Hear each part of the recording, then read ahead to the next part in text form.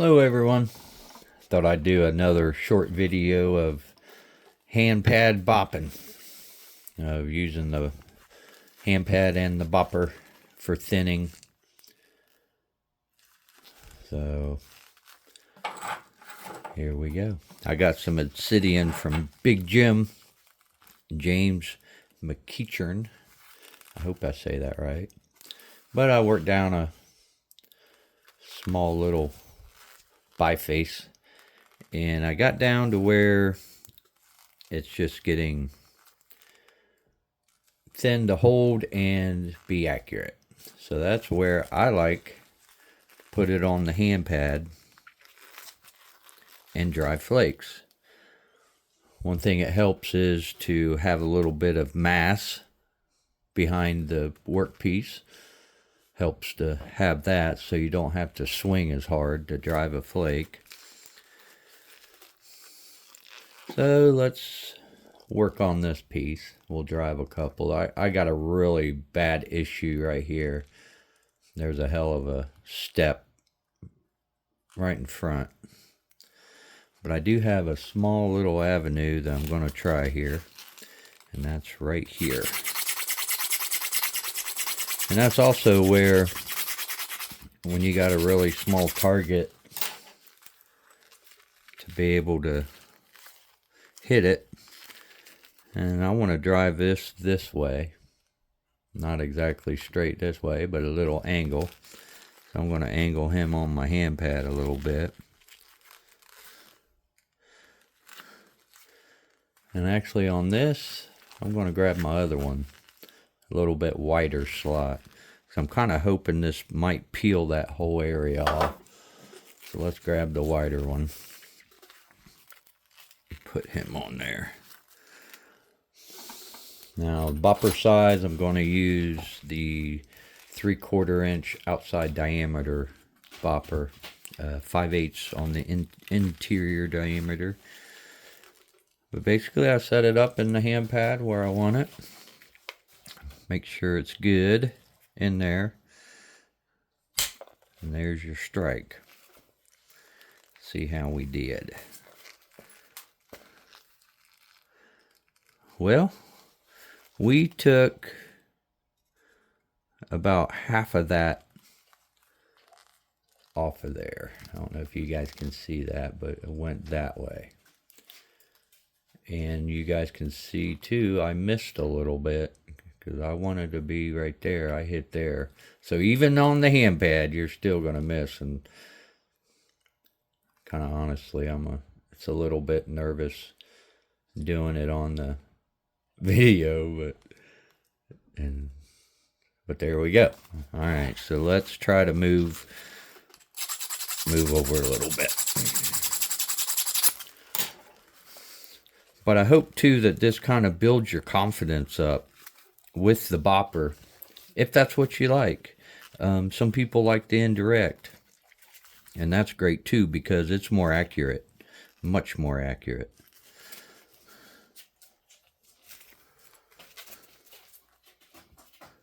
When I do this, I place my arm against my body, so it's always there. Let's hit this flake. So if it's there, you got a stable spot. So do that. Don't hold your arm freely. Them guys that do the videos that have that out like that, they are at the hardest that they can do. But they're doing it to show you guys on video, that's why. But when they're freestyling with their boppers and hitting it, which I do too, spalling and stuff, that's the hardest. Put your arm against your body. And you can put the pad down there, on your leg. And that also helps create mass too. So you got your leg, you got your pad, holding it. Let's see what happened. I think that crushed.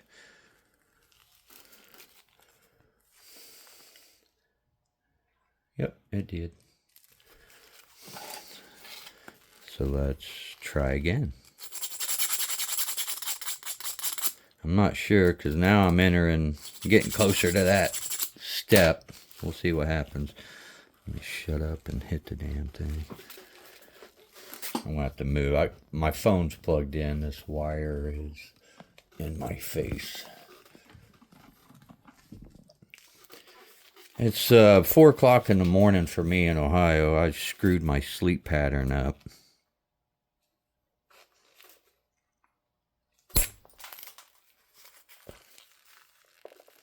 All right. We got the other part of it. Now, we're not driving big flakes. In the beginning, I said, oh, I'm going to have the wider pad just in case. But right now, we are not driving very long flakes. Possible if I stepped up a little bit on the bopper, but another thing too, with the smaller size boppers, this is actually 1/2 inch, I use this too, you're not putting as much force on the workpiece to hit a flake off. You're not stressing it out when it's at this thin stage. Finally. All right. We'll catch that one. That one was a decent one. There. And then that cleaned that up pretty nice. That bad spot that we had.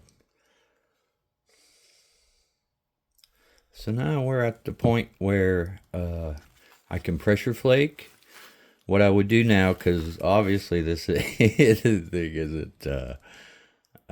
in the shape of anything yet. So at this point, I would take it down with the pressure flaker and shape it all around, and then see where I'm got some high spots, which I kind of figured this is right here is going to be a hump. But basically, just after that, you know, do it again and put it on there. Okay, so let's do a little bit harder one. That one was kind of easy, but it did have a stack, so it wasn't easy. Now this one, I left a heck of a hump in the middle. I went ahead and I thinned the ends there a little bit with the bopper. So now we got that to take care of, and I kind of highlighted the, we got 3 platforms that we're going to try on this side. And this one is a heck of a, I mean, it's just begging to be hit. So we're going to start right there and see about removing some of that. So basically we put it in there. And I haven't talked about my pressure yet. Right now, I would be putting pressure here on my thumb, not in the middle. Don't ever put the pressure in the middle of the pad. Either hold it here on this side with your thumb, or you know, put a little bit of, you can put a little pressure, one or the other. So there we go. So let's put my arm where I like it, and eventually you're going to have this thing pretty much in the same spot. And I'll go ahead and put it down on my leg instead of holding it.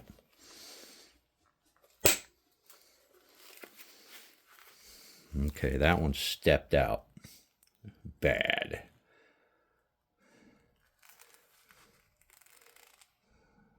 So that was not cool at all. Okay.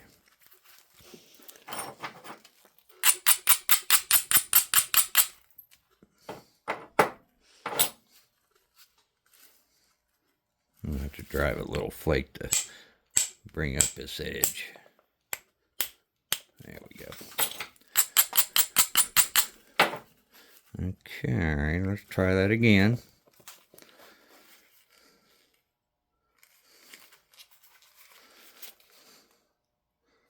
We're going to be right there.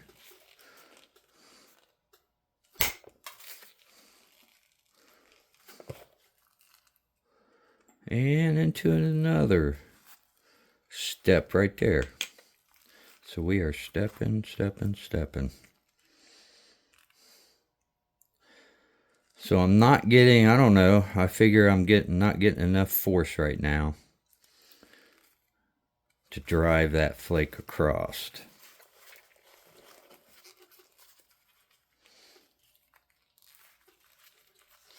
So what we do we step up a little bit on the bopper.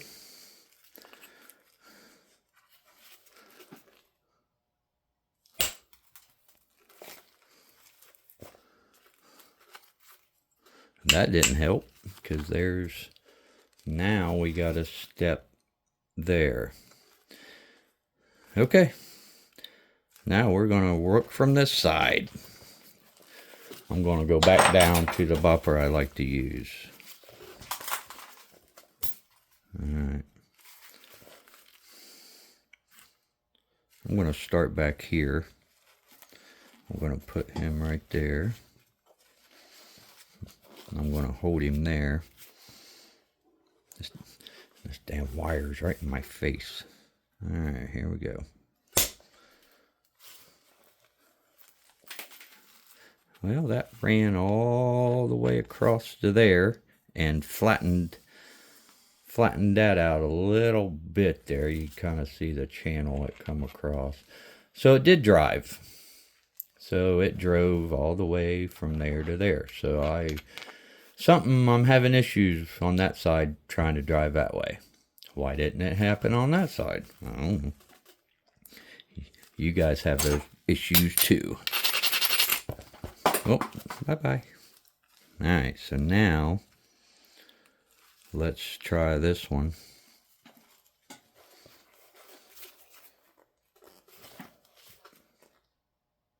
Another thing too is you can control your angle with your hand pad that you want. I struck a little bit too this way. That thing only went up about 3/4 of an inch, about right to there. So it did not travel all the way across.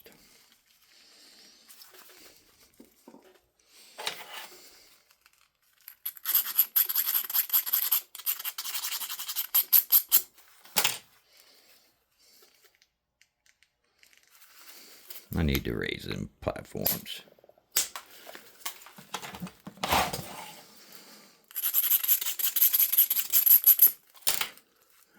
Okay, now let's try that again. I'm gonna hold it. I'm gonna hold it in my hand this time so I can have a little more angle. And I missed it. Dang it!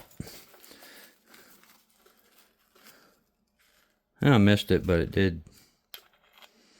Drove a flake there anyway. I needed that, but I didn't want to do that right this minute.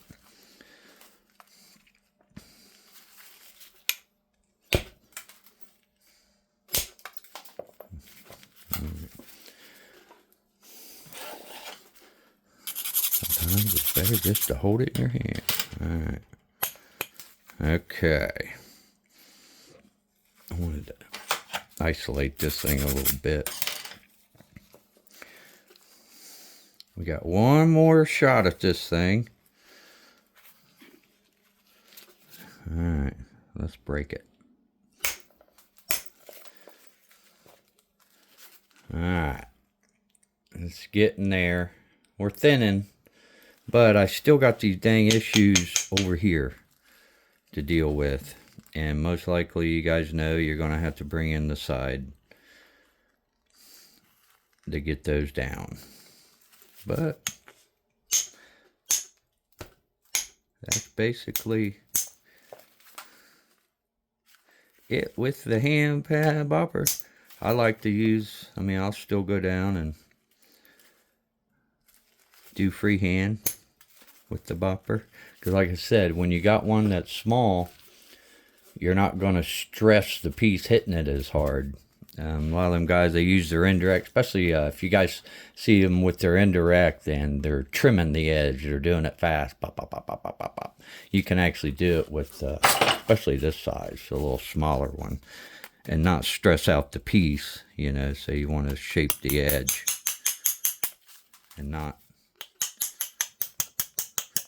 you know, break or stress, and you run little small micro flakes. But with the small boppers, you can do that. I like it.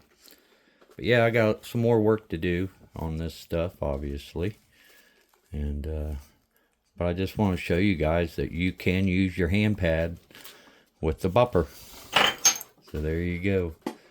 Have a good one, guys.